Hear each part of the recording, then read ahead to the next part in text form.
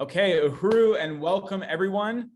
We really want to appreciate everybody for joining us for the Uhuru Solidarity Movement's two-part online study hosted by the USM Midwestern region and open to all. And just to start off by saying that Uhuru means freedom in Swahili, and the Uhuru Solidarity Movement is the organization of white people formed by and working under the leadership of the African People's Socialist Party to organize in the white communities for reparations to African people and to build political and material solidarity from the white population with the anti-colonial struggle of African and colonized and oppressed peoples worldwide. And we want to begin by saluting the leadership of the African People's Socialist Party, under whose leadership we have the honor to work as an organization, particularly Chairman Omali Yeshitela, Deputy Chair Onezene Yeshitela, and all of the Central Committee leaders of the African People's Socialist Party. And I also want to salute Chairwoman Penny Hess, who is the chair of the African People's Solidarity Committee, who will be leading the study tonight. And we will be discussing the book, The Broken Heart of America, St. Louis and the Violent History of the United States by Walter Johnson, through the lens of African internationalism, the political theory of African People's Socialist Party Chairman Omali Yeshitela, that sums up the world from the viewpoint of the African working class. And so without any further ado, I will turn it over to the chairwoman of the African People's Solidarity Committee, who will be leading tonight's study. Uhuru, thank you, Jesse. And I just really want to welcome everybody here to this study. I'm really glad that we're going to have a chance to discuss this book, Broken Heart of America. And I also want to just say that we are here in St. Louis, and there's 1, 2, 3, 4, 5, 6 of us in this room. We're at 2654 Gravois at the Uhuru Solidarity Center, which is a building owned by the African People's Socialist Party that is an organizing center and a stand for white people to stand in solidarity with the, to support reparations to African people. So we want to talk about this book and the history of St. Louis and how profound it is. And we want to start by saluting Chairman Omali Yeshitela, who is the founder of the African People's Socialist Party and who created a political understanding, a political theory called African Internationalism, which is the method of seeing the world through the eyes of the African working class. And we also salute Deputy Chair Onezene Yeshitela, who is the coordinator, the brilliant coordinator of the Black Power Blueprint, the incredible program in North St. Louis here that is building, just taking, political and economic power into the hands of the African working class in a way that nobody else is in the world. So it's really, really, incredible. I am the chair of the African People's Solidarity Committee, again, under the leadership of the African People's Socialist Party, formed by the African People's Socialist Party in 1976, with the mandate to go into the white community to extend the African Revolution into the belly of the beast, as they would say. And so before I start talking about the book, The Broken Heart of America, I want to just say that in order to understand this book, because this is, this is a powerful compilation of the horrors that, is represented in the city, in the history of it, but it's also, of course, central to the entire United States. It was the staging ground for most of the colonial policies and genocidal policies of the US government going out, from St. Louis to, every corner of the US and really affecting the world. But, we can't really understand it unless we start with the understanding of capitalism as it was born, as the understanding that we have from Chairman Omali Yeshitela. So I just wanted to first read this quote from Chairman Omali's book called Vanguard. And, it's a really, really powerful book that gives us an analysis of the basis for how capitalism was built and how things are the way they are. And the chairman says capitalism was born in disrepute of the rapes, massacres, occupations, genocides, colonialism, and every despicable act humans are capable of inflicting. And we will see that in this history. Capitalism, the chairman said, was not responsible for some great otherwise unimaginable leap in production, which despite its contradictions, quote unquote, resulted in human progress and enlightenment. So, you know, basically what he's saying is capitalism is not progressive. Capitalism requires the oppression and colonization of African people. It requires genocide. It requires, as the chairman says, drone strikes in Pakistan and police violence inside the US against African people, for white people to experience the conditions that we take for granted. And, you know, the chairman said, what capitalism did was to rip the vast majority of humanity out of the productive process in Africa, Asia, the Middle East, Australia, and what has become known as the Americas. The hundreds of millions dead due to the slave trade and slavery itself, the millions exterminated everywhere Europeans ventured. These are people whose hands were forever removed from a relationship with nature that would result in production. And I just think that's a, you know, very poignant and profound description of what America is, what capitalism is, and how the world is. And just to, you know, sum up and to say that as we understand from Chairman Omali Yeshitela that Europe's assault on Africa, which began in about the 1400s, was something that kidnapped African human beings and turned African human beings into commodities and human work machines that ultimately, along with the stolen resources, land, and genius of African people, created, you know, just brought about the greatest explosion of wealth that the world had ever known up until that time. And along with the genocide, the European genocide of the indigenous people all throughout the Americas, and the theft of their land and resources upon which we sit, and the colonial domination of the majority of the people on the planet Earth. This is what made Europe rich, that brought it out of feudalism and into a wealthy capitalist imperialist power that has basically control over the majority of the human population for the benefit of the white population, which is a colonizer population, whether we're in Europe, whether we're here, whether we're in South Africa or Australia or any place else that white people have gone in pursuit of wealth based on European colonial domination around the world. Now, I just think that in order to look at this book, we have to understand this. And, you know, we have to see why this would be. Why would these atrocities that this book compiles, why would this be happening, except for this reality that is the absolute, as the chairman calls it, that capitalism's mode of production is colonialism. That's the only way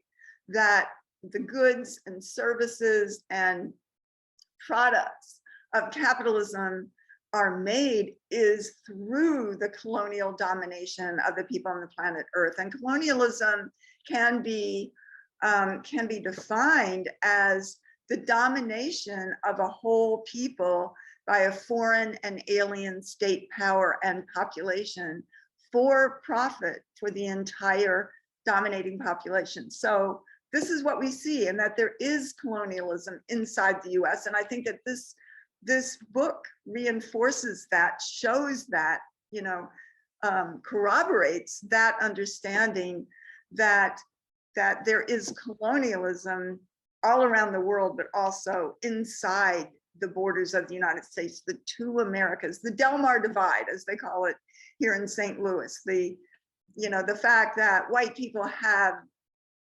22 times, sometimes 5,000 times more wealth than African people. The fact that African people in this country are stuffed into prisons and mass incarceration, who are gunned down by the police every single day in conditions not experienced by the white population, and that white people have participated in the enslavement, in the genocide against the indigenous people, as we can see by looking at history and looking at the reality today. So, this is what we start with. We start with this premise when we look at this, and we see why it is that the African People's Socialist Party, Chairman Omali Yeshitela, Deputy Chair Onizane, and the party members here are building what's called the Black Power Blueprint, which is not a struggle against racism,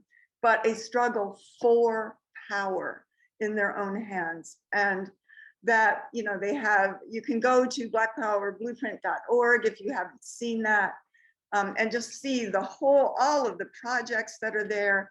We recently, Uhuru Solidarity Movement from this building recently held on Giving Tuesday a telethon that helped raise over $50,000 on that day for a community basketball court, for funding it, which is just 2 blocks down the street from the Uhuru House at 4101 West Florissant, and the community garden, the flag, where the on the site where the farmers market takes place and will resume again in the spring of this coming year, and so many other programs and projects are taking place. So, this is a very, very dynamic project. It's an honor to be under the leadership of these programs, which are changing the world.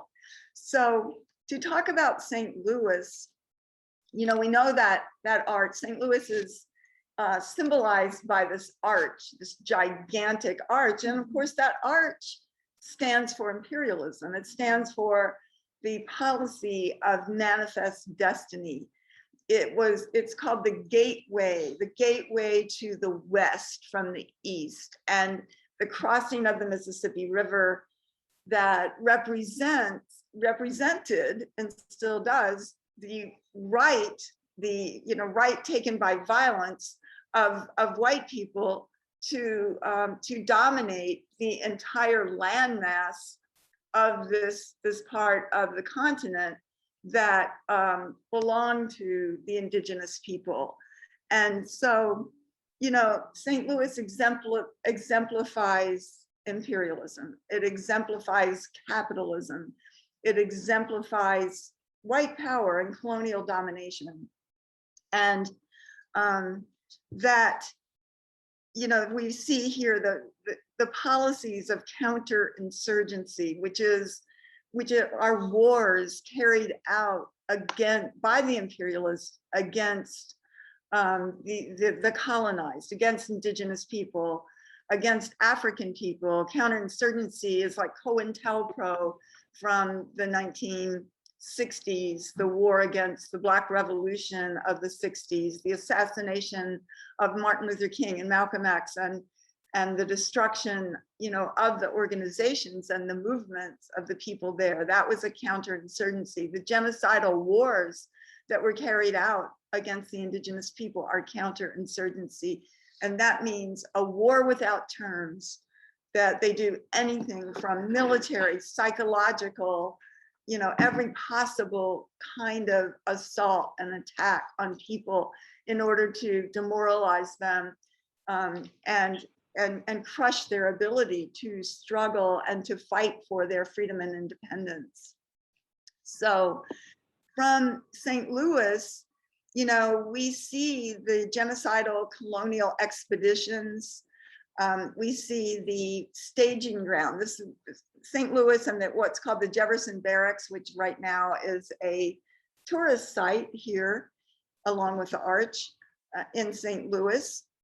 And actually, I haven't been to the Jefferson Barracks, but it's somewhat out, a little bit south of the city, but I do want to see it because, you know, it has all the replicas and relics and probably all kinds of things, you know, from the wars against, you know, the genocide against the indigenous people and how it was staged throughout the country.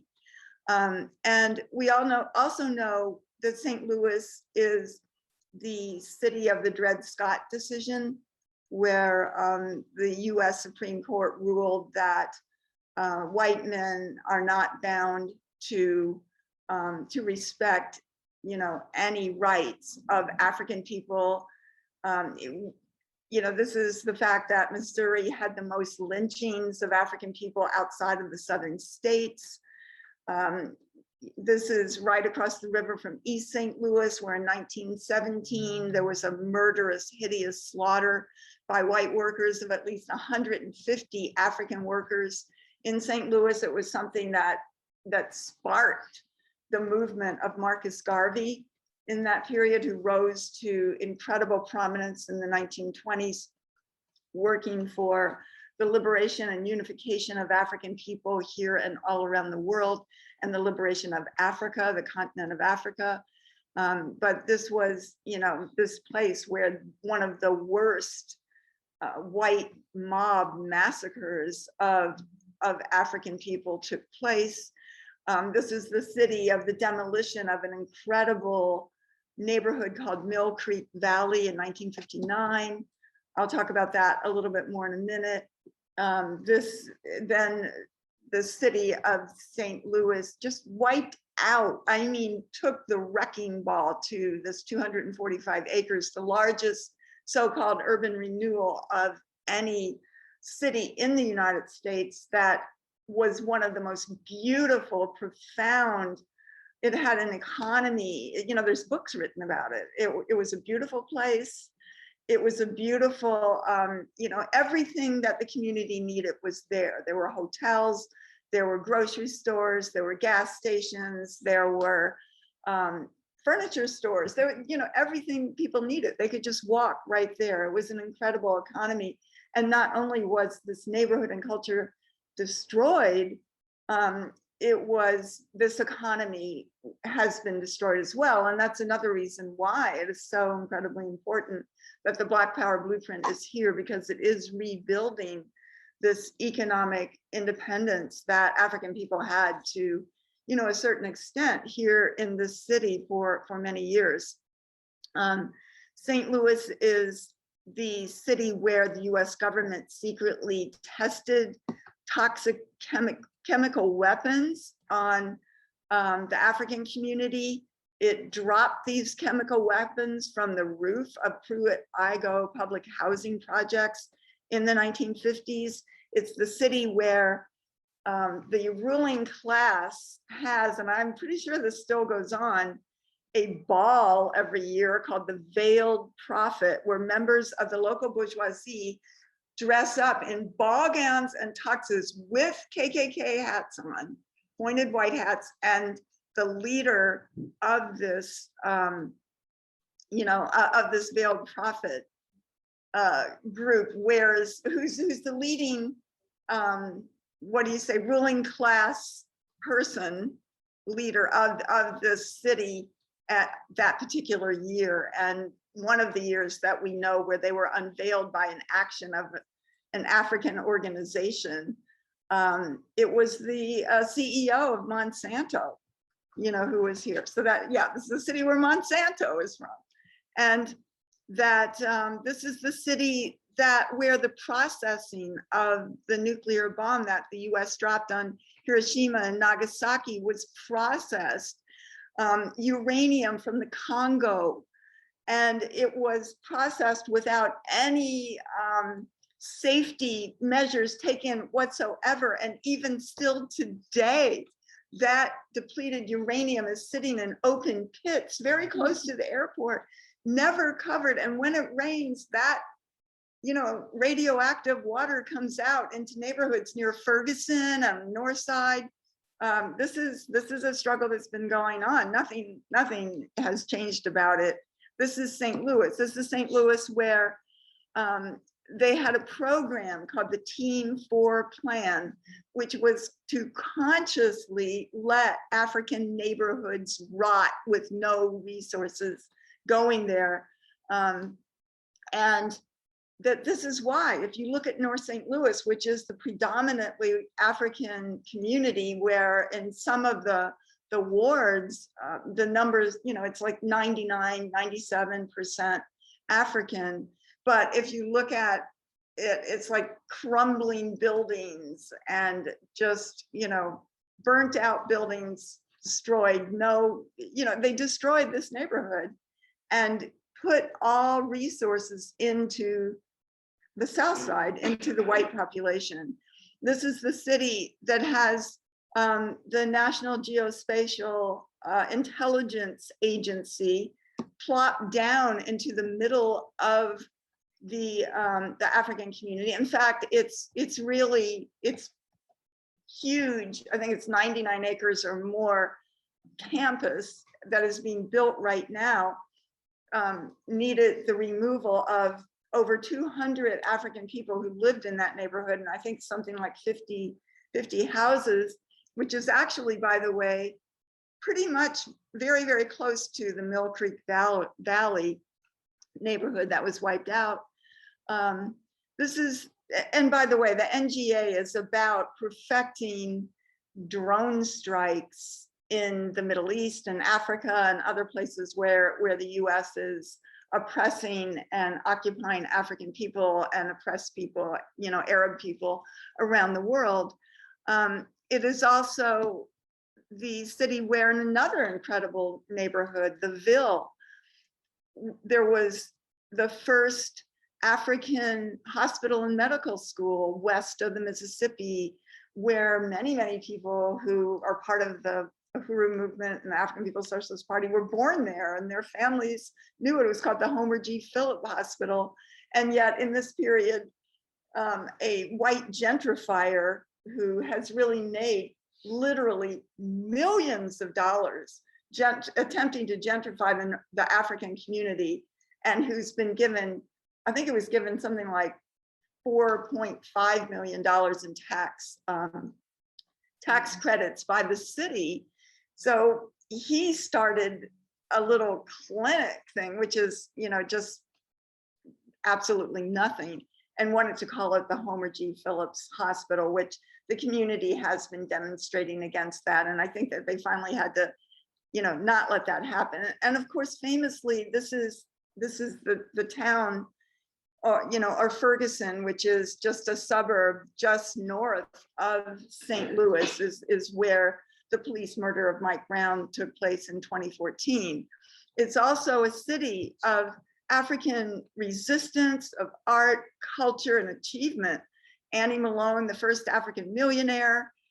It was mass membership in the Marcus Garvey movement here in the 1920s. And in fact, there was a city near that is now in ruins, but it is near the airport. It's called Kinloch, that was almost all African and incredibly prosperous with its own schools. It had an electric trolley in 1910, and it had a profound membership also in the Garvey movement. As I said, it's this is the city where the Homer G. Phillips Hospital, the first African hospital, doctors and medical school west of the Mississippi. This is the city where African women led the nut pickers strike. It was called in the 1930s, an incredible strike for, that put this very oppressive nut factory or nut processing place or whatever, pretty much brought it to a standstill. The Mill Creek Valley, as I talked about, was a neighborhood with hotels, jazz clubs, and 5,600 buildings. It's the city of Percy Green in the 1960s, an African activist who had the action movement with many, many bold actions and incredible resistance. And also we saw the incredible resistance of African workers in Ferguson, which led the way for the worldwide anti-colonial resistance after the murder of George Floyd. And, which with the leadership of the African People's Socialist Party, has brought the colonial question to the forefront again. And so, you know, the US once had great hopes for the city of St. Louis, and it's located on the Mississippi River. And for a time, actually after the Civil War, the US Congress talked about moving Washington, D.C., the capital of the US, to St. Louis. Well, of course, that didn't work out, but again, its arch is a symbol of US colonial domination and imperialist policy of manifest destiny. The city of St. Louis was once a city of nearly 900,000 people, almost 1 million people in the 1930s, 1940s. And now it has it's the incredible shrinking city. It has a population of 300,000. That's why you see so many empty and abandoned houses. And it's actually continuing to shrink, even as they're trying to bring gentrification into the city. It's not quite working in a lot of ways. It's pushing the African community out. But even in the year 2000, the census was 350,000 people. Now it's 300,000 in the 2020 census. It's right across the river is an incredible place called Cahokia, which was in the Middle Ages a place where up to 50 to 100,000 indigenous people lived, in this incredible civilization that existed there. I've had the opportunity to go see it, and they do have an amazing museum with dioramas who tell the whole story of it, as well as mounds, and you can go up on the mounds and you can see the river. It was amazing. It was just an incredible history. This is what existed before white people came to this area. And then it was known for French colonizers. We see all over the city names like Choteau and Gravois. That would be Gravois in French. And it was, I'll talk about it a little bit more, but it was the place where these French colonizers came and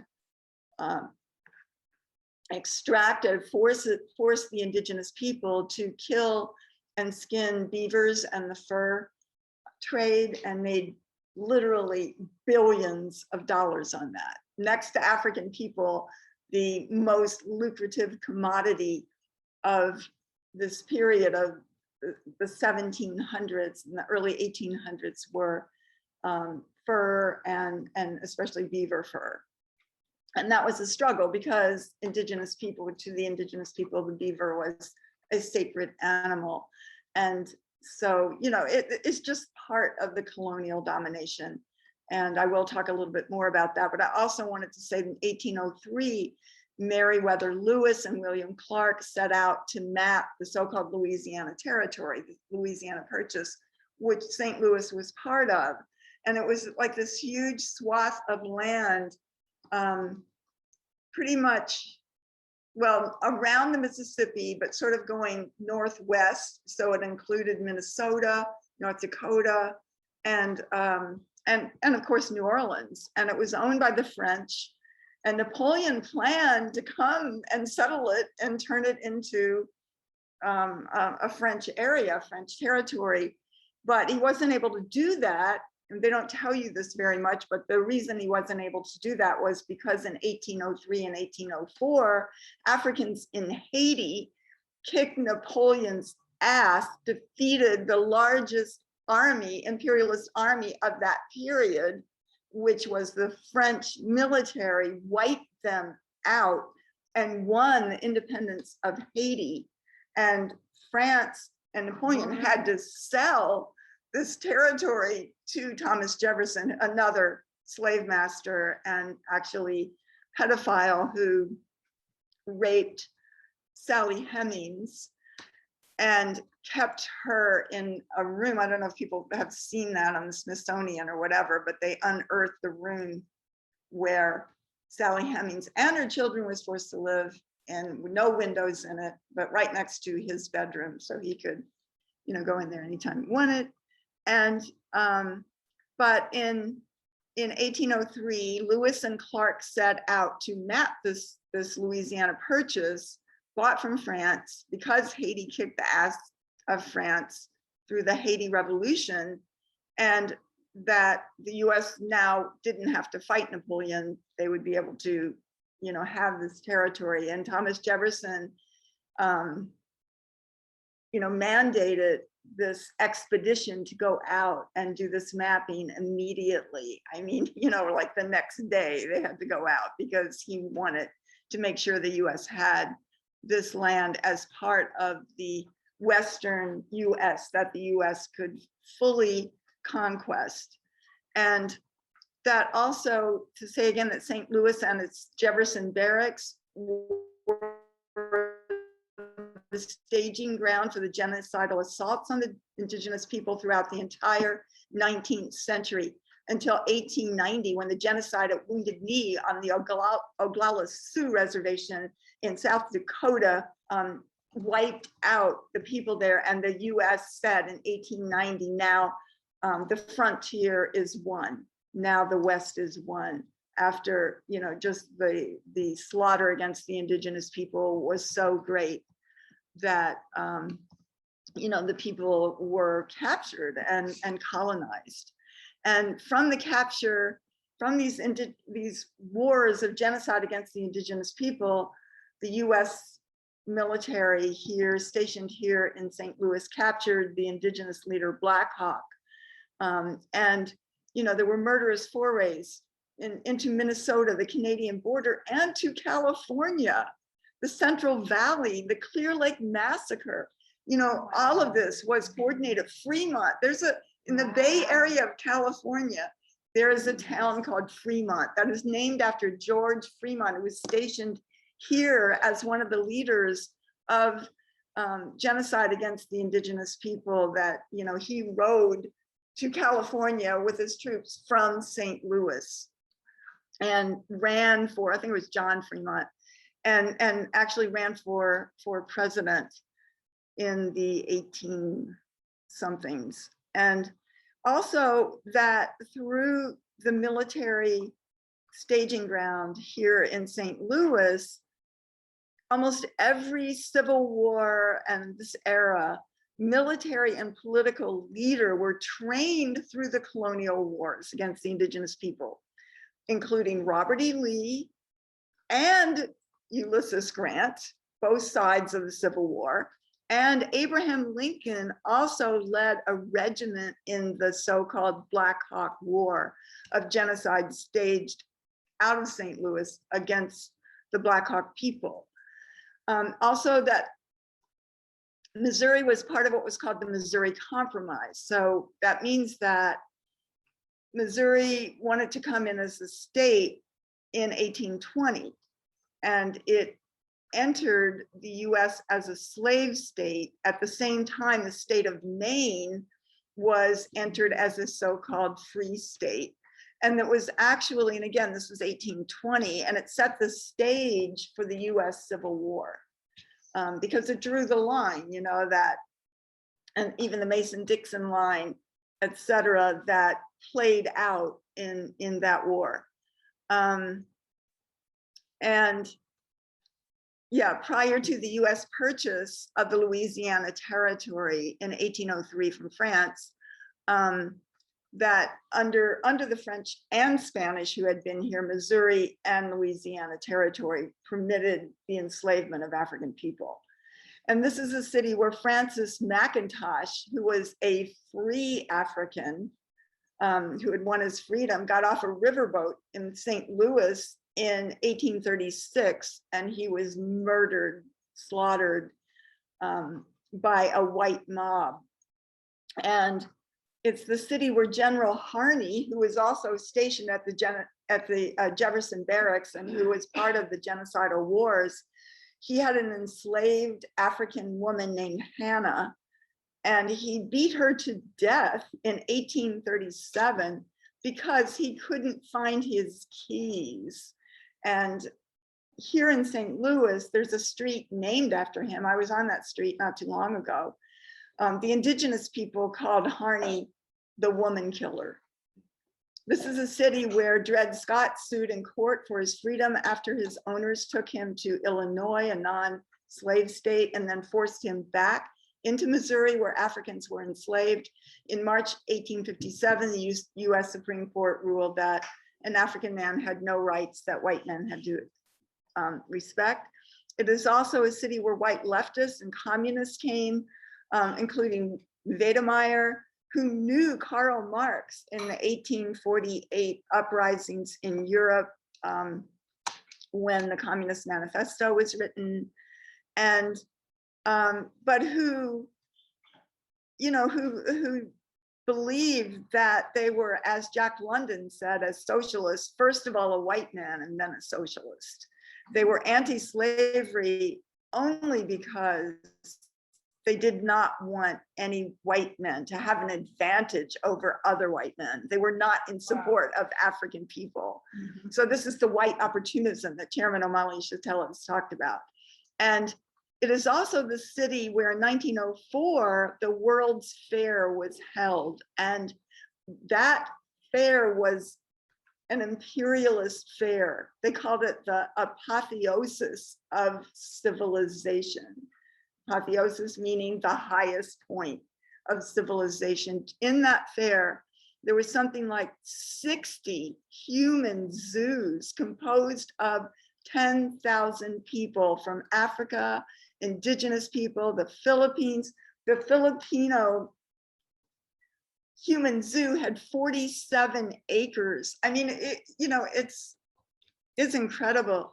An African man, actually, the coordinator of the fair, went to Congo and bought from King Leopold, who was committing genocide against Africans in Congo, up to the tune of 10 million people murdered and millions of others hands cut off if they refused to produce rubber in King Leopold's personal rubber plantation. So somebody went there from St. Louis and purchased an African man named Ota Benga and brought him and put him in the human zoo. And he tells the story of that. It's incredibly, it's just horrible, because during the fair, mobs of white people would chase Ota Benga and attacked him, and many of the others as well. And people fought back. I mean, Ota Benga fought back. And after the end of the World's Fair, Ota Benga was sent to the Bronx Zoo. He was in the Bronx Zoo for a certain amount of time. And ultimately, he got away, but he was in the United States. He couldn't go back to Congo, where he committed suicide when he was, about less than 30 years old. Anyway, this is, this is some of the reality of St. Louis. This is the history. This is what it is. This is colonialism as a mode of production. So what I'm going to do is, I don't know if everybody has the book, but I'm just going to do short readings from different parts of the book based on things that we have just talked about. And then we can sum up, we can just discuss it and talk about it after I do that. So I'm starting out, if you do have the book, it's on page 14, and it's saying, across the river, around the city, this is talking about Cahokia, the indigenous center, across the Mississippi River from St. Louis, around the center of the once great city of Cahokia, about 50 of the original approximately 120 mounds, some of them 40 and 50 feet high and hundreds of feet across, remain. Some of them rise out of the floodplain of the Mississippi River in an uncanny echo of their ancient grandeur, and some are so worn by erosion and foot traffic as to seem only small bumps in the otherwise level bottomland. They stand today as a weary reminder of the history before the empire that unfolded from St. Louis over the course of the 19th century, beginning in the century's first decade with the upriver journey of Meriwether Lewis and William Clark, an initial reconnaissance mission for a set of increasingly greedy and increasingly deadly military and economic forays launched from St. Louis. At its peak, Cahokia had a population of around 10,000 people, larger than London at that same time, and a hinterland of almost 50 miles in radius, populated with another 20,000 or 30,000 people. It was connected by networks of travel and trade northward to present-day Minnesota and Wisconsin, and southward to Louisiana, and possibly beyond to Mexico and Central America. The city consisted of as many as 1,500 structures, including 100 earthen monuments spread over 3,200 acres. Some speculate that it grew suddenly over the course of several years as a sacred site spurred by the deep space detonation of a supernova. They don't know, they're just, saying these things, that brightened the skies around the globe in 1054. Cahokia was apparently laid out in advance of being inhabited. At its center was a massive plaza, 1,600 by 900 feet, about 6 times the size of Red Square in Moscow. Headed by the largest of the mounds, the so-called Monk's Mound, about 100 feet high and almost 900 feet at the base, as broad as the pyramid at Giza and wider than the Pyramid of the Sun at Teotihuacan in Mexico. Recent archaeological work suggests that the mounds were built out of blocks of cut sod, laid in alternating bands of light and dark, and pounded firm underneath the feet of the builders. So, this goes on to talk about this incredible city of Cahokia. It has, it has a map also of the Mississippi River Valley, of where, various indigenous peoples lived all around here. And, it just is, it goes into that. And I also want to read about a little bit about what was called the Corps of Discovery. They always call genocide discovery, of Lewis and Clark. And I'm actually from Southern Indiana, and everything in Southern Indiana is about Lewis and Clark. It's all, everything's named after them. And it's where they basically kidnapped an indigenous woman who served as a guide. Her name was Sacagawea, and everything in Girl Scouts was Sacagawea. It's what the colonizers do. They name things after the colonized. Like the chairman says, scratch the name off and name it, take the name and make it their own as part of the conquest of what they're doing. But this is what he is talking about in terms of the Lewis and Clark expedition. It's called. It's on page 22. And it says, it was also at Fort Mandan in the winter of 1804 and 1805 that Lewis and Clark met Sacagawea. Soon after, the Corps of Discovery, which is what their thing was called, landed in the Mandan villages, and Mandan were an indigenous people.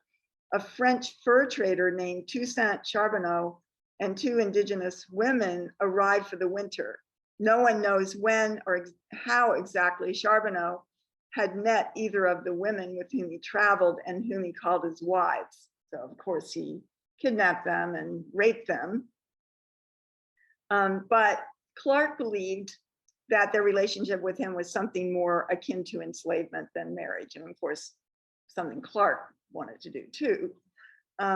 Having grown up Shoshone in present day Idaho, the women had been captured and enslaved by the Hidasta, who lived in the Great Plains upriver from the Mandans. And I don't know, I don't know what to say about that. They're saying if they were captured and enslaved by another indigenous group of people, I don't believe that. I don't see that in that way. That's the way that this white person is interpreting this. But women like Sacagawea and Otter Woman were trafficked by the white people he's talking about now, like furs, beads, horses, and guns among European traders and those who trucked with them, because property on the plains were passed matrilineally from generation to generation. Marrying, buying, taking, raping indigenous women was a primary mode of both sexual and capital accumulation for Europeans. So what Lewis and Clark took from Sacagawea was knowledge. This appropriation too was in accordance with the standard operating procedures of Indian slavery on the plains, where far-flung geographies of trade and the diversity of languages made those who could point the way across the landscape and translate among its inhabitants valuable. Indeed, it was in anticipation of their need for translators that Lewis and Clark engaged Charbonneau, who spoke Hidatsa, and his Shoshone wives. Otter Woman, who was 7 months pregnant when the expeditionary force set out in the spring of 1805, stayed in the Mandans. Sacagawea went along with Charbonneau, carrying with her the couple's 2-month-old son, whom they had christened Jean-Baptiste. Sacagawea's story bears repeating. It is as amazing as it is familiar. Carrying her son, she walked overland with William Clark and taught him about the flora and fauna of the Missouri Valley. She plunged into the freezing Missouri River to rescue the expedition's journals and maps when one of the expedition's pirogues overturned on launching. Charbonneau, who could not swim, had to be dragged out of the water along with the baggage. She recognized the meadow where she had been captured, pointed the way to the Shoshone, and then astonished the group of colonizers as she rushed forward to embrace the leader of the Shoshone party, who had ridden out to meet the white travelers. He was, they soon learned, her brother. And shortly before the expedition started eastward to return to St. Louis, she insisted on riding out from the winter camping ground at Fort Clatsop so that she could see the Pacific Ocean with her own eyes. And yet, alongside the anything you can do, I can do better terms in which her story has been assimilated into the mainstream of American history, Sacagawea's years with the Corps of Discovery also provide a set of data points that convey the unstable hierarchies and violent intimacies that shape life between the borders of the worlds. In other words, between colonialism and the colonized. In August 1805, Sacagawea was beaten in camp by her husband, who was then publicly reprimanded by Clark. Clark may have felt protective, possessive even, of Sacagawea, whom he referred to as Janie. I mean, you know, it's so foul. His affection for Jean-Baptiste, her son, her baby son, was proprietary.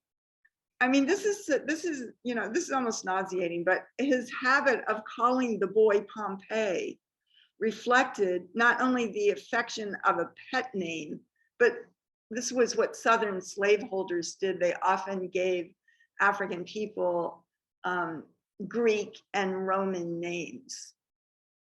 And yeah, they, as he says, the slaveholders' habit of amusing themselves by bestowing names drawn from the classical world upon their property. By the time the expedition returned to St. Louis, Clark wrote to Charbonneau and Sacagawea asking them to send the little boy to live with him. And, you know, basically he took their son. He took Sacagawea's son and, you know, probably turned him into enslaved. It says he graduated from St. Louis University High School in 1809. You know, I mean, it's just so profoundly outrageous to see, and to see how it is summed up, you know, by historians who cannot analyze the depth of the colonial violence that is taking place in that. But I wanted to read that. And then on page 27, on page 27, at the top, it's saying by the first decades of the 19th century, the fur trade linked cities like London, Paris, Vienna, and New York to St. Louis, and thence to the deepest reaches of the North American interior. Fur trading in these years was one of the largest sectors of the global economy. And I would just say the largest sector was African human beings themselves. And fur trading was worth over $200,000 a year in the city of St. Louis, one of its principal hubs. The indigenous of the Great Plains and Rocky Mountains were its primary producers. Beyond St. Louis, in the first decades of the 19th century, the global economy followed the centuries-old pathways of Indian trade and operated on native ground. The trapping was done by indigenous people who set the terms for the trading that follow. I mean, that's obviously not true. You know, to say that it operated on native ground, I mean, they were forcing, the Europeans were forcing the indigenous people to, you know, to come forward with these animals, destroying, you know, the ecosystem of that. And the indigenous people were very aware of that, as well as, you know, there's this mythology that the city of St. Louis puts out, that its earliest French settlers like Chouteau, Gravois, these people had great relationships with the indigenous people. No, as it tells here, they were raping indigenous women, but they had white wives. You know, they say that they were married to they had white wives here. They had, you know, indigenous women that they used to have a relationship with their families in order to force them to give them the beaver and the pelts that they wanted. So it says, in these years, as a historian of the fur trade, David Wishart has shown, white traders in the Missouri Valley worked within the framework of the existing Indian system. Beaver pelts were prepared according to Indian methods, and bargaining over the exchange rate between beaver pelts and beads, for instance, began only after whites had provided gifts denoting their respect. The Indians are good judges of the articles in which they deal, wrote one St. Louis trader, and have always given a very decided preference for those of English manufacture. St. Louis traders, particularly Pierre Chouteau and his extended network of family members and associates, maintained a presence all over the West, but the initial locations of their forts were determined as much by indigenous needs as European ones, and sometimes they were moved according to specifications of the trade's Indian producers. I mean, that is really, there's no way that can be true. They were forced into the situation in order to be able to live there with their habitat, their hunting grounds taken away. They had no choice but to be in this relationship, and it was not a happy relationship for the indigenous people. It was stealing their land and oppressing them. Pierre Chouteau embodied what the historian Anne Hyde has termed the Métis world of the fur trade. Chouteau had grown up in present-day Missouri and along the Arkansas River among the Osage, to whom he maintained a connection through an Osage wife. He spent most of his time, however, in St. Louis, where he lived with another wife, a French Creole woman. Chouteau's brother, AP, who spoke Osage and Pawnee, as well as English, French, and Spanish, took the opposite course and left St. Louis to live with his Osage wife, but kept his St. Louis wife here when he wanted to come back and visit. So, you know, St. Louis's first family was able to move between the indigenous and European worlds at the heart of the continent, embodied the tactical alliances, restless mixtures, and practical in-betweenness of the fur trade world. Scratched out on paper, the organizational chart of the American Fur Company bore a striking resemblance to the Chouteau family tree. Unlike a family tree, however, the American Fur Trade Company transmitted wealth backwards rather than forwards, the levy followed the bloodlines backwards towards St. Louis. So, you know, just, it was not an intermixture of practical in-betweenness that is laid out here. You know, it was colonialism.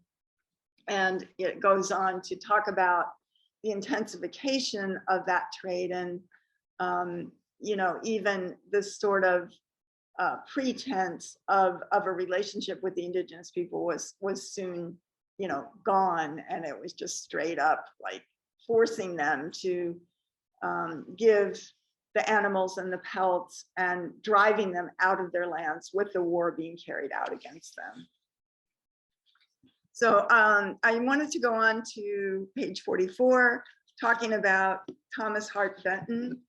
And he was a famous settler, not talking about the Thomas Hart Benton, that was the artist, although that is a relative of this one. And what he paints is, you know, all about colonialism. But on page 44, it starts, St. Louis in 1815 was an outpost at the beginning of a furious transformation from the westernmost hub of the fur trade to the eastern hub of the nation's settler empire. Over the first decades of the 19th century, the fur trade produced income that was invested in the city fabric of St. Louis, and the city grew from a few square blocks on Pierre Laclede's Landing, southward toward along the banks of the Mississippi towards Carondelet, westward to St. Charles, and northward to St. Ferdinand, today Florissant. In 1820, the city was designated the western terminus of the National Road, which was to connect the Mississippi Valley to the Potomac River on the East Coast. The scattered log cabins of the fur trade would soon give way to a grubby host of riverfront warehouses and small manufacturers, brickyards, tanneries, and smelters. The Chouteau's stone mansion, which had once stood apart from the city, close by today's Bush Stadium, was gradually surrounded by it. In 1840, the city's property leaders were surveying and selling off the commons that had once served to graze the city's resident stock. It had become too valuable to leave as open land.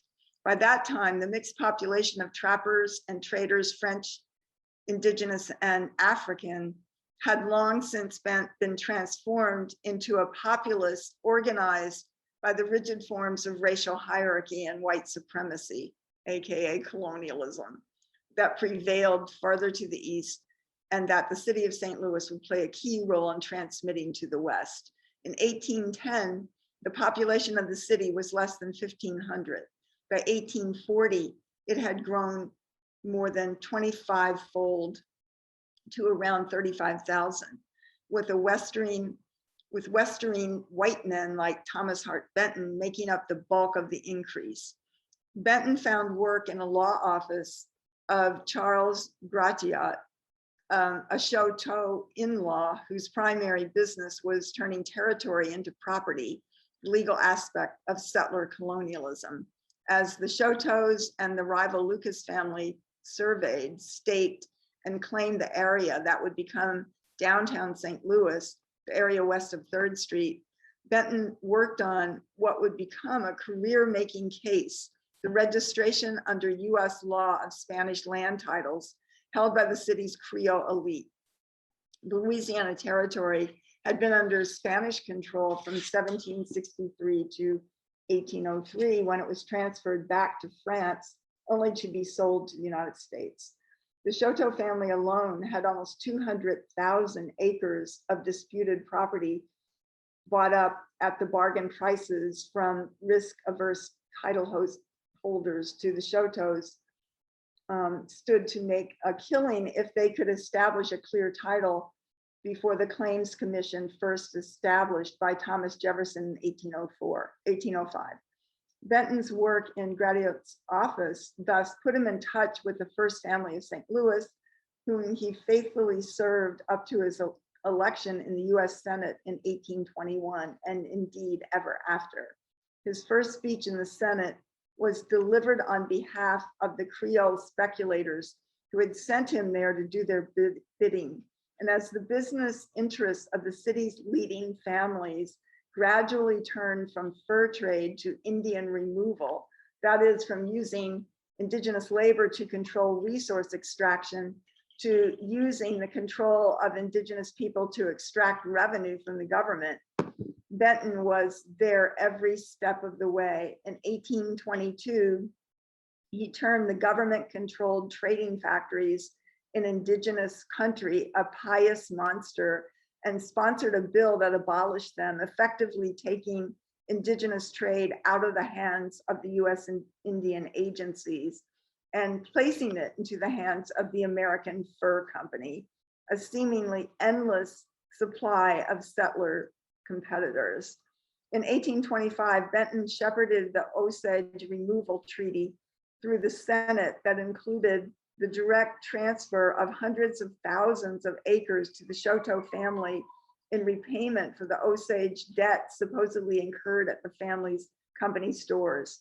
In 1851, he did the same in relation to a Sioux treaty that had been arranged by the American Fur Company agent J.A. Sanford.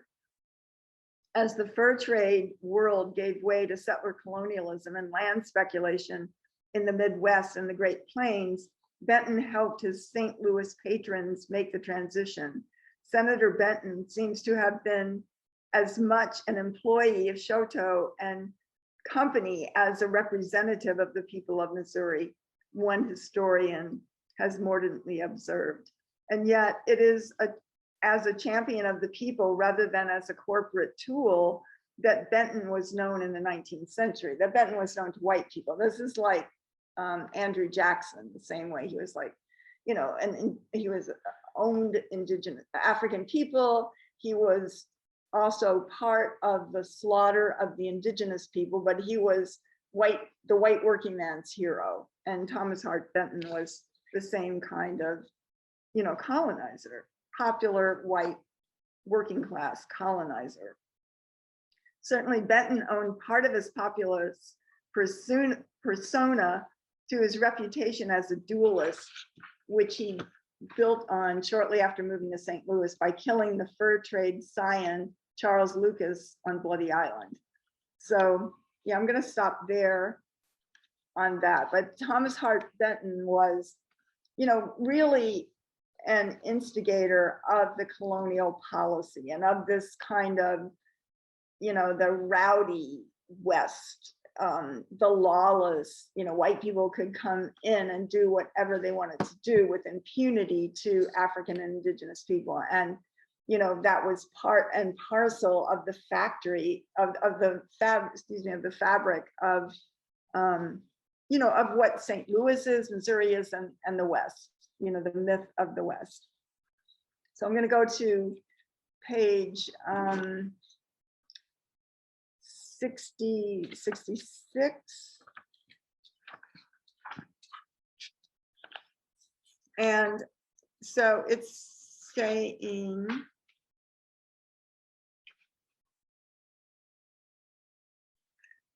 on page 66, the 1st Battalion of the US Mounted Rangers was formed at Jefferson Barracks in June 1832.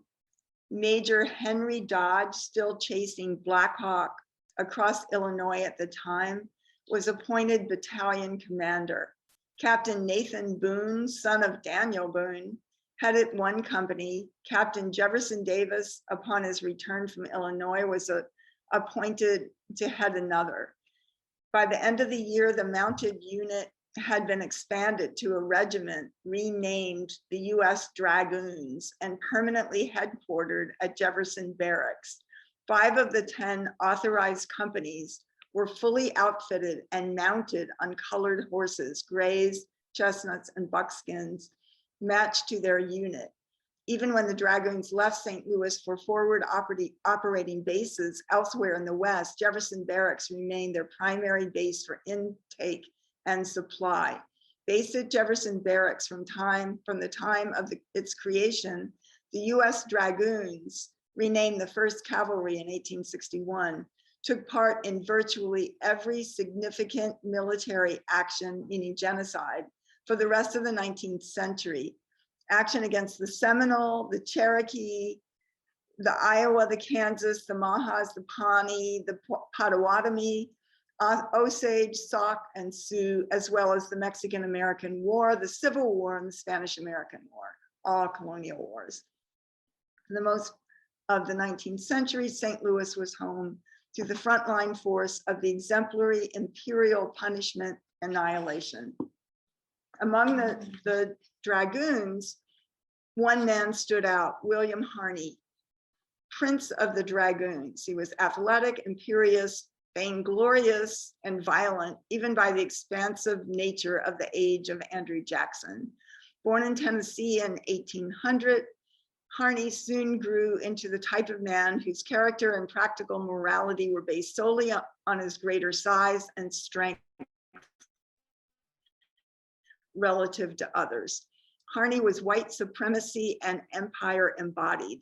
Commissioned as a second lieutenant in the US Army in 1818, he was first stationed in Natchitoches, then Baton Rouge. By 1823, he was stationed at the Jefferson Barracks. Along with other soldiers from Jefferson Barracks, Harney fought the Arikaras in 1824 and the Winnebagos in 1827.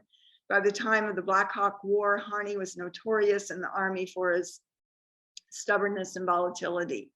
At Jefferson Barracks, he refused to drill his men because of the pain caused by his gonorrhea, and he feuded with his commanding officer, Stephen Kearny. He viciously beat a dog that lifted its leg in the direction of his garden and tied a trader who sold whiskey to his soldiers to a post and beat him. Harney became close friends with Jefferson Davis and later Abraham Lincoln. He marched with the army that pursued Black Hawk to the mouth of the Bad Axe River and participated in the slaughter there. On June 26, 1834 in St. Louis, Harney beat an enslaved African woman named Hannah to death. He had misplaced his keys and blamed her for hiding them. When Hannah's body was discovered, there was a great deal of public outrage about the senseless and wanton violence of the murder, enough to send Harney into hiding for a time, but by the time he returned to the city, his case had been assigned to a friendly judge, aptly named Judge Lawless, who suggested that Harney was in danger of becoming the victim of the fury of an unreasoning mob and transferred the case to neighboring Franklin County, a markedly pro-slavery jurisdiction. Harney was acquitted of Hannah's murder after a day-long trial in 1835. A little over a year later, he was promoted to the rank of lieutenant colonel and given command of the 2nd US Dragoons. By 1837, he was in Florida fighting the Seminole, which were African and indigenous people, resisting US colonialism. Perhaps it goes too far to see in his case an uncanny premonition of the unpunished murder of Michael Brown almost 2 centuries later. So yeah, I'm gonna stop there on that. And then I just wanted to read a little bit more on the Missouri Compromise quickly, and then we'll stop. And that's as far as we can go in this book today. So let me see, on page 79.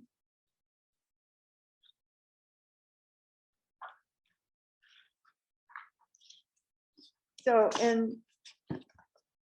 oh no, I'm sorry, I have 2 other things after that. So I have a few more things that I want to go over, but so on page 79, in December 1818, the territorial legislature of Missouri petitioned the US Congress for admission as the 24th state in the Union, a request that occasioned a landmark debate in the history of the United States. On February 13th, 1819, New York Representative James Talmadge added a rider to the Missouri statehood bill that came to consume Congress for almost a year and shaped the legal history of slavery and constitutional history for the next 40 5 years up until the issues it raised were adjudicated in the form of 600,000 dead on the battlefields of the Civil War. Missouri, Talmadge suggested, should be admitted to the Union only if it outlawed slavery.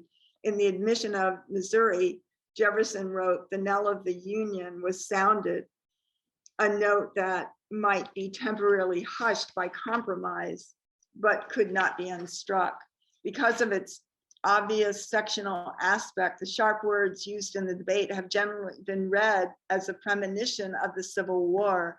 Representative Cobb's invocation of a sin which all the waters of the oceans cannot wash out, which only blood can wash away, sounds like a presentiment of those who know that Lincoln would later state that the nation needed to balance every drop of blood drawn with the lash, with the sea of blood shed in the Civil War. But the men who debated the Missouri Compromise knew only dimly that they were on their way to civil war if they knew at all. So it did come in. It was, Missouri did come in as a slave state.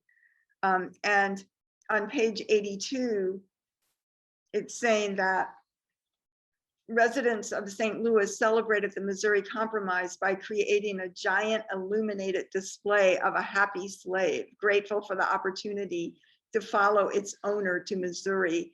And yet the power of this saving stereotype was never quite enough to convince slaveholders, or still less, their non-slave holding white neighbors, that they could sleep soundly at night without worrying about being awakened, by African resistance, is basically what they were saying. Once the forces of compromise and union in Washington, D.C. had mustered bare majorities in both houses of Congress, Missouri's admission to the Union had been balanced with Maine's, and a line had been drawn westward to the Pacific and forward into perpetuity.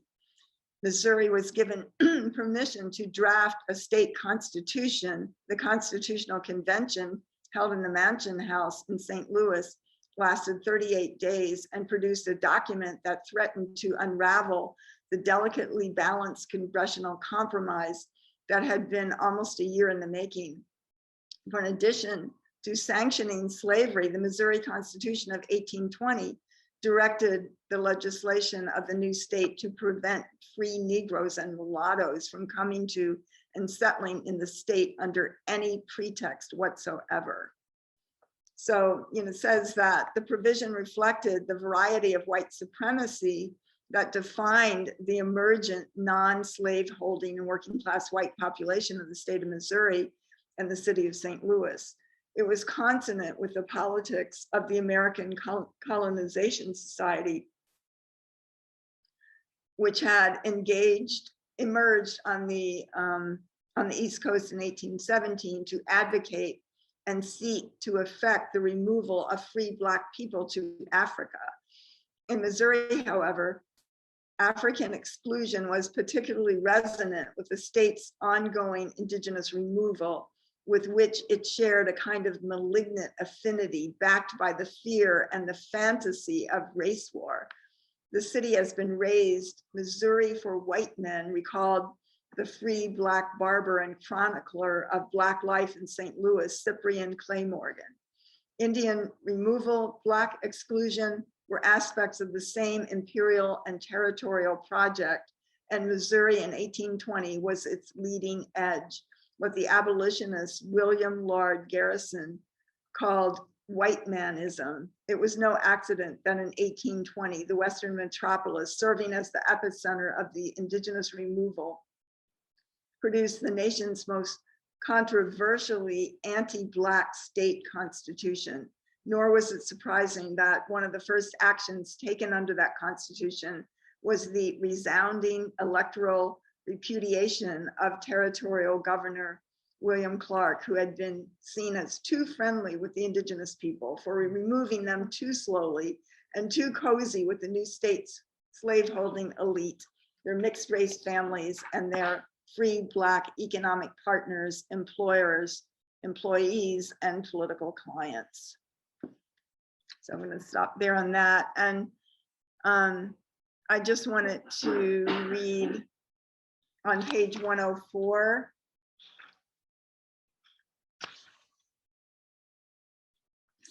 Just about the Dred Scott decision. So Dred Scott was born in Virginia in 1799, and he was sold, under enslavement to a military doctor named John Emerson, who was stationed at the Jefferson Barracks, but who was assigned to different places in the Midwest and the South, including Illinois, which was a so-called free state. And the Scott, and Dred Scott married Harriet, his wife Harriet, and the Scotts were not the only ones suing for their freedom. In 1818, a lawsuit by a person known as Winnie won a precedent for African people winning freedom in Missouri courts, because they had been taken to a state that didn't have enslavement. So they were forcibly brought back to Missouri. They sued that they should be allowed to be free. And it was part of African resistance. And so when there were 300 other cases of African people on the books with similar lawsuits mostly coming out of St. Louis. And when Emerson, the doctor that owned Dred Scott and his wife and family, when he died, Scott tried to purchase himself and his family's freedom, which African people did do. And the wife, the widow, wouldn't let him do that. And then he was again sold to another person, but in the meantime, they filed a lawsuit in the local court, and I think then it went to the Missouri Supreme Court, and then it went to the US Supreme Court, and it was in 1857, just 3 years before the Civil War, that Judge Taney of the Supreme Court, the US Supreme Court, ruled that African people were so far inferior that they had no rights that a white man was bound to respect. And so, he's summing up on page 104 that the Dred Scott decision reflected the politics of race and slavery in the city from which it emerged. The case had been justly treated as a landmark in the history of slavery in the United States, but it turns out to have as much to do with freedom as with slavery, specifically with defining the condition of African people in the United States, and indeed with extraterritorializing or even exterminating free people of color, he says, meaning indigenous people. It took the pro-slavery stance of the South and recalibrated it to the whites-only removalism of the West, the state of Missouri, and the city of St. Louis, from whence the case emerged. And it looked westward toward empire. It was predicated upon the notion, too obvious even to be spelled out, of Indian removal and genocide upon the idea of the white man's country. So, it was, of course, extremely just, hideous decision. And it was, again, the resistance of African people that forced the US into the Civil War and, won the end of the chattel slavery, but still under colonialism inside the United States. And in just one more little area, one more little section I wanted to read, and this is in a chapter on the lead up of Missouri into the Civil War on page 107. It's saying, in Missouri in the years leading up to the Civil War, the studied silence that had come to characterize the Bentonite, meaning Thomas Hart Benton's, approach to the question of slavery in the early 1850s, the doomed effort to insulate the promotion of the Western Empire from the question of whether or not white settlers would be able to own African people had given way to a more pointed argument over proper relation of race, property, and empire. On the one hand were pro-slavery politicians, most of them Democrats, like Claiborne Jackson, the slaveholding governor of Missouri at the time of secession, and Sterling Price, the commander of the Missouri State Guard, who eventually oversaw the Confederate war effort of the state.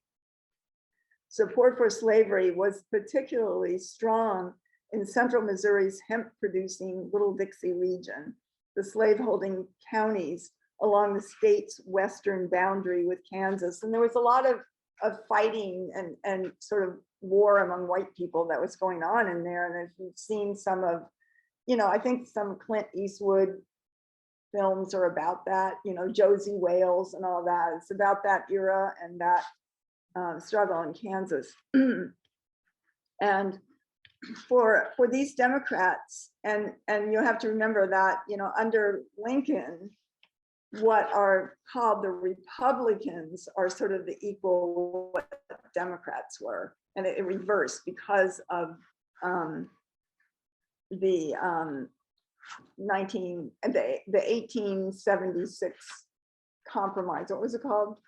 The Tilden Hayes Compromise. Yeah.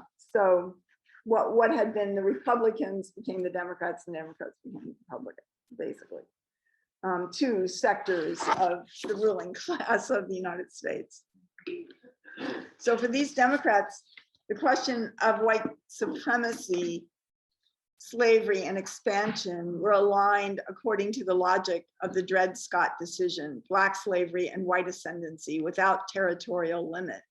On the other hand, the election of 1856, in which John C. Fremont, he was the indigenous killer, one of many, had been a presidential nominee of the new Republican Party, represented the national emergence of a powerful reworking of the question of the relationship of slavery to white equality as prefigured in the removalist politics of the city of St. Louis and the state of Missouri between the Second Missouri Compromise of 1821 and the attacks on free Black citizenship that followed in its wake. These free soilers, these are the white people that were fighting in Kansas and were a populist, a reactionary colonizer populist movement that were arguing that slavery raised one class of white men, slaveholders, above others, workers and farmers, the producers, and fought to keep the institution of the West out of the West. They wanted to keep slavery out of the West because they didn't want a certain sector of the white population to have power or control or class or whatever over others. They wanted to have the same chances of being indigenous killers, stealing their land and enslaving African people. And some of these, by the way, were communists who knew Karl Marx and who had been in the struggles of 1848 in Europe and part of the Communist Manifesto. So, this goes on. As far as the West was concerned, however, as far as indigenous people were considered, both the expansionist pro-slavery position of the Democratic Party and the settler whitemanship of the free soil movement were simple variants on the imperialist theme that stretched back to Jefferson Barracks, Benton, the Black Hawk War, and beyond.